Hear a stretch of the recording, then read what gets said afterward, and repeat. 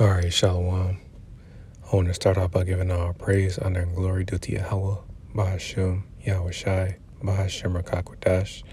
I'd like to give double honors unto the apostles and the elders of Great Millstone, where I learned this truth from.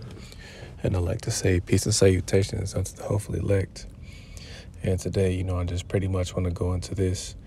This woman, they got hit by this brick. A lot of brothers have done videos on it, but, I just want to give my input, on the situation. So I'm just going to bring out a few scriptures. Lord willing, this lesson is edifying and straight to the point. And as we know, this woman was struck with a brick, because she claimed the guy asked for a number and then he just hit her. But, she's not going to admit the exact reason why, she was hit with a brick. She's not going to reveal exactly what she said, to get that man to react the way he did, because this woman is proud. And then, she's one of the L's, she's one of those, those women that don't like men that like other women. Madness, man. So I'm just going to get right into it.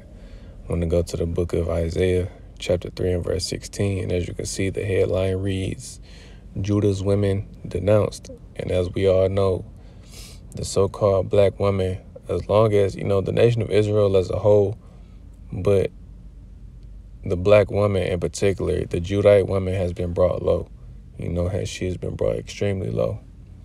So there's the book of Isaiah, chapter 3 and verse 16. And it says, Moreover, said the Lord, because the daughters of Zion are haughty and walk with stretched forth necks and wanton eyes, walking and mincing as they go, and making a tinkling with their feet. The Lord will smite with a scab on the crown of the head of the daughters of Zion, and the Lord will discover their secret parts. Now, yes, as we know, a lot of black women, they can't grow their hair or they're bald. That was a curse from the Lord. But the point I want to make in verse 16 is that, she was haughty. She was proud. And let's get that word. Because, again, she did have a stretched forth neck. That's just the nature of a black woman, to be haughty. And it says, as you can see, I'm going to jump down to the B definition. It says to be haughty, be arrogant, bad sense, says to make high, exalt. So as we know, again, a lot of so-called black women, they're proud, and as it says, they walk with stretched forth necks. They love to talk crazy to people and think that, there's no recompense for that. But obviously she said something to upset this man, because I get it. I'm going to balance it out, because, you do have men out here that, they can't take rejection, but it's something specific she said to upset this man, to get her or to get him to hit her with a brick. And, it's funny. It is, because at the same time, she deserved it. She is a part of that community, the alphabet community, and she's a feminist.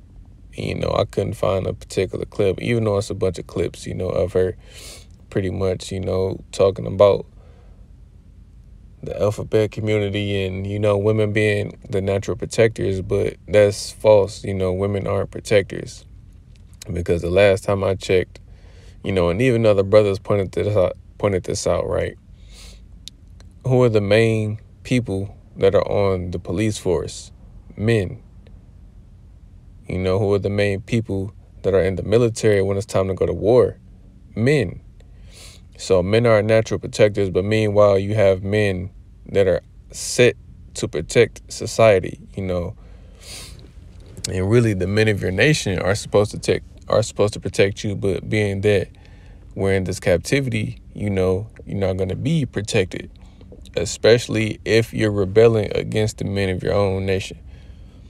And then once she got hit, you know, since women are the natural protectors, so-called, she didn't call out any women. No, she called out men. And then one of the guys that, you know, she was talking to, he said, well, what you want me to do? And that was a legitimate question. Well, what you want him to do? You know, you said something to upset that man to get hit by a brick. So you got what you deserve, you know.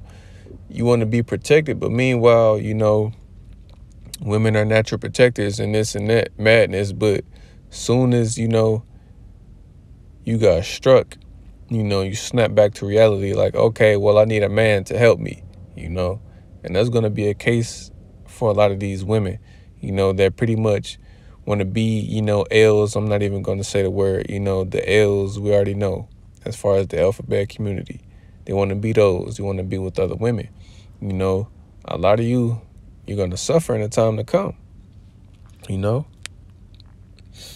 And then even then, I could get the rest of this.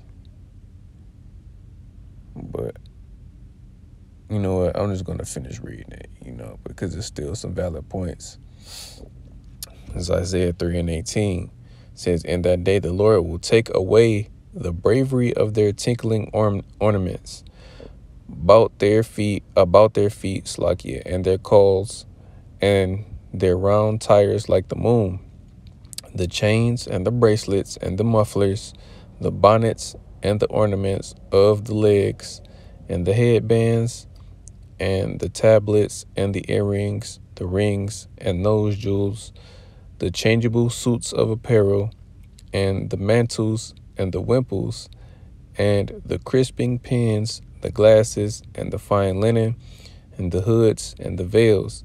And it shall come to pass that instead of sweet smell there shall be stink, and instead of a girdle, a rent, and instead of well-set hair, baldness, and instead of a stomacher, a girdle of sackcloth, and burning instead of beauty. Now, again, just to point this out, you know, because again, as far as this particular woman in general, now, yes, you know, she was curvy, you know, she was you know, she had a decent body, but she obviously isn't the best looking. So yeah, she is ugly, especially after getting hit. But at the same time, you know, I'm just gonna get it, man.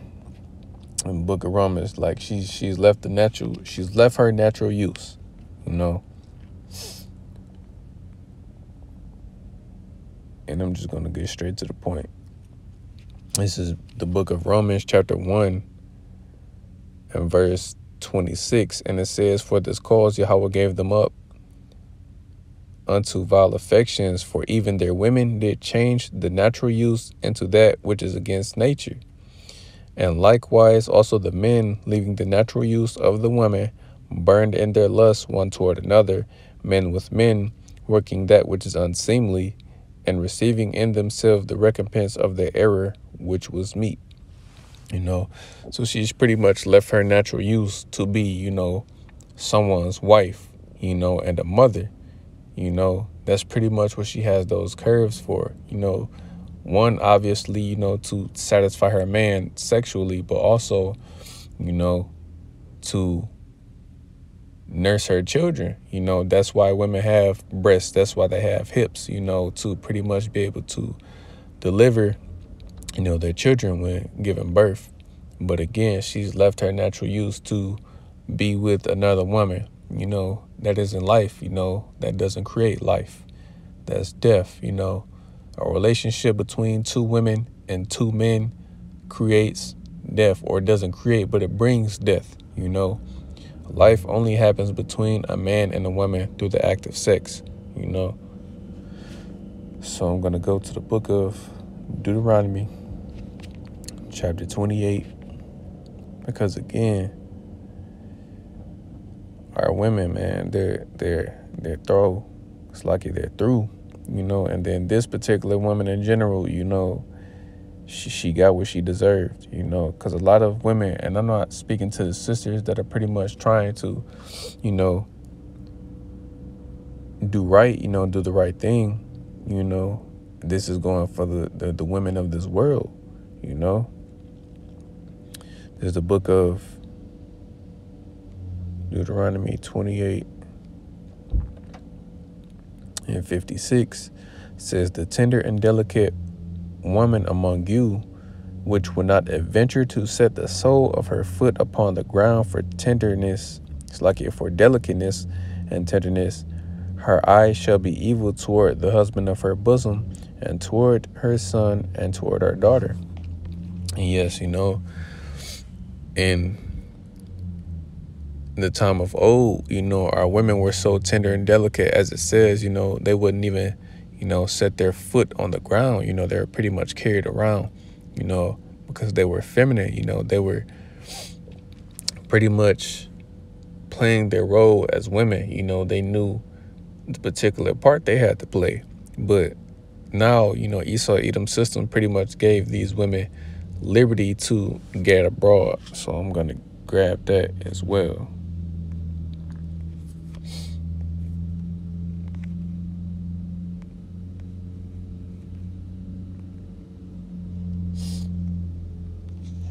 This is the book of Ecclesiasticus, also known as Sirach, chapter 25 and verse 19. And it says, all wickedness is but little to the wickedness of a woman. Let the portion of a sinner fall upon her. As the climbing up a sandy way is to the feet of the aged, so is a wife full of words to a quiet man. And let me see.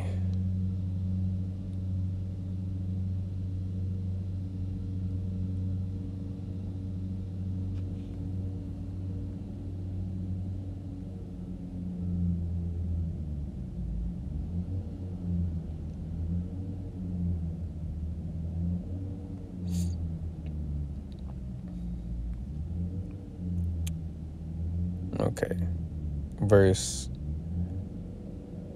25. I'm going to jump down to verse 25. And it says, give the water no passage, neither a wicked woman liberty to gad abroad. So pretty much she was a wicked woman, you know, running the streets, as she said, because in that first video that came out about her, you know, saying, you know, happy P month and all that madness, she's saying she's looking to find a woman, right? She's pretty much gadding abroad, you know, because again, they aren't supposed to, you know, have these type of rights to be able to, you know, run the streets and do whatever they want. You know, women are supposed to be at home with their husbands and their children, you know. Yeah.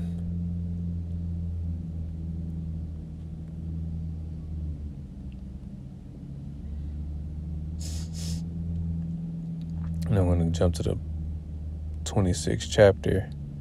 I'm going to start at verse 8. And it says, a drunken woman and a gadder abroad causeth great anger, and she will not cover her own shame. The whoredom of a woman may be known in her haughty looks and eyelids. You know, if thy daughter be shameless, keep her in straitly, lest she abuse herself through much liberty. And yes, you know, pretty much this woman, she was abusing herself because, again, she was dealing with other women instead of dealing with a man. In particular, you know, a man of the Lord. But there's just a society we live in today, you know, where Esau Edom is giving the women of the nation of Israel liberty to do whatever they want, you know, without any type of consequences behind it. But again, that's what happened, you know. She was struck because she was pretty much out of line. She said something to offend that man, you know. And I'm going to end it on this. It's the book of Job, chapter 4 and verse 7. And even though this is referring to, you know, when people die, that still, because she, you know, crying in the video, oh, I never did anything to anybody. What did I do to deserve this? You did something. You offended that man, so he struck you. So this is the book of Job, chapter 4 and verse 7. And it says, remember, I pray thee, whoever perish being innocent, or where were the righteous cut off? So yeah, none of us